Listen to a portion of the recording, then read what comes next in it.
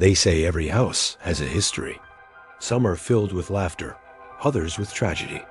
But this house, it was waiting. When Daniel and his family moved in, they thought it was the start of a new life. What they didn't know was that the house had already written their ending. Fees say every house has a history. Some are filled with laughter, others with tragedy. But this house, it was waiting. Daniel had spent months searching for a place where he and his family could finally settle. When he found the two-story colonial on the edge of a quiet suburban town, it felt like fate. The realtor told him it had been vacant for years. "Old place, but solid bones," she said with a smile. The price was almost too good to be true, but Daniel didn't question it. He just wanted a fresh start for his wife, Lauren, and their 8-year-old daughter, Emily. Moving day was filled with laughter, boxes, and the smell of new paint.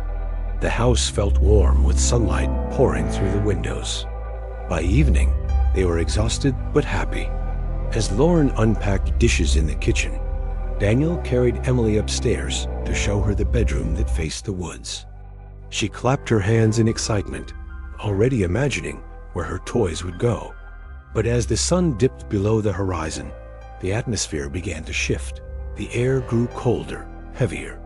The creaks of the wooden floorboards echoed louder than they should have.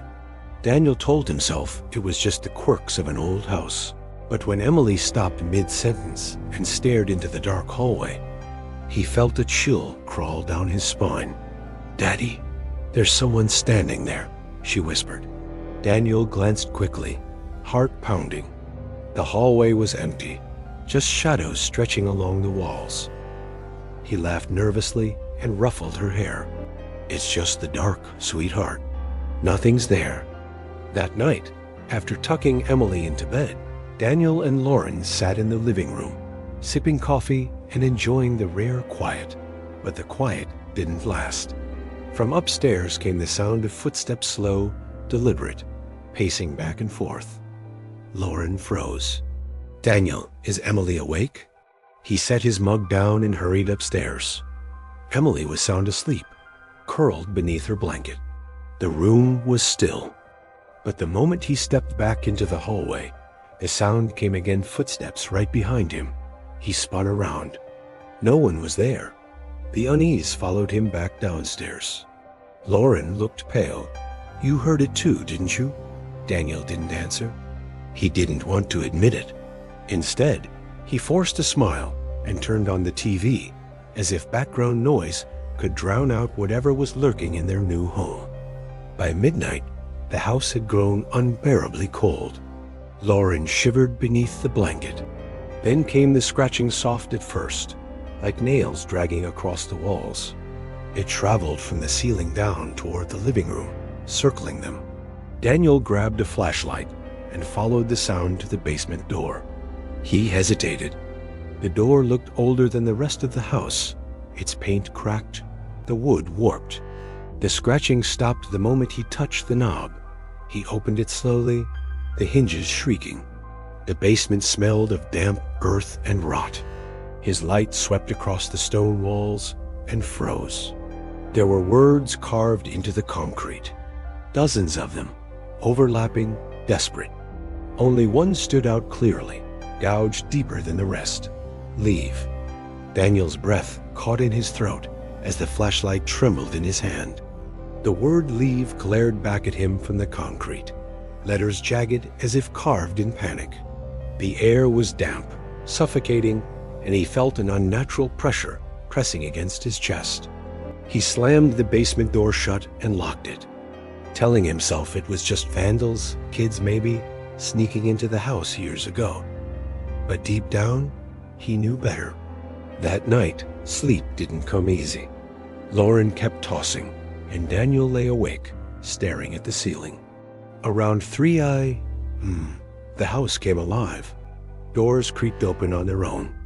The floorboards groaned under invisible weight. And then Emily's scream tore through the silence. Daniel bolted upstairs, nearly tripping over himself. Emily sat upright in bed, eyes wide, pointing at the corner of her room. "She was there, Daddy. She was watching me. Daniel spun the flashlight toward the corner. Empty. Still, the air felt charged, like static before a storm. He held her close, promising nothing was wrong, though his own voice betrayed the lie. Lauren insisted they leave in the morning, but morning never came peacefully. At dawn, Daniel woke to the sound of whispers drifting through the hallway. They weren't Emily's voice nor Lauren's. Multiple voices, layered, chanting something low and guttural. He stepped into the hallway, heart hammering, only to see the family portraits they had hung the previous day lying shattered on the floor. Glass shards glittered in the pale light, and in the frame where their smiling faces had been, something else stared back. A reflection of the hallway, but with a figure standing in it. Daniel dropped the frame, his blood running cold. By the second night, desperation overtook reason. He tried ignoring the knocks, the whispers, the scratching that now seemed to seep from the walls themselves. But the house wasn't letting go. At 2 a.m., the basement door creaked open on its own. Daniel felt it before he saw it the pull, like the house itself was breathing, calling him down. Lauren clutched his arm. "Don't go," she begged, her voice shaking. But something compelled him. Flashlight in hand, he descended the stairs once more. The carvings on the walls seemed darker now, as if freshly etched. And in the center of the basement, he saw her. A woman, pale, hollow-eyed, drenched in shadows, stood facing him. Her mouth opened wider than humanly possible, releasing a scream that wasn't sound but pure force, shaking the walls, rattling his bones. Daniel staggered back, dropping the light. From upstairs, Emily screamed again. The sound of rushing footsteps followed. The house wasn't haunted. It was hungry. Daniel ran, but the shadows moved faster, swallowing the staircase, devouring every corner of light. He fought his way up, reaching for Emily's door, only to find it closed tight. He pounded, shouting her name. The door creaked open slowly. Inside was silence. Emily's bed was empty. On the wall above it, carved deep into the plaster, were the same words from the basement. "Leave." Too late.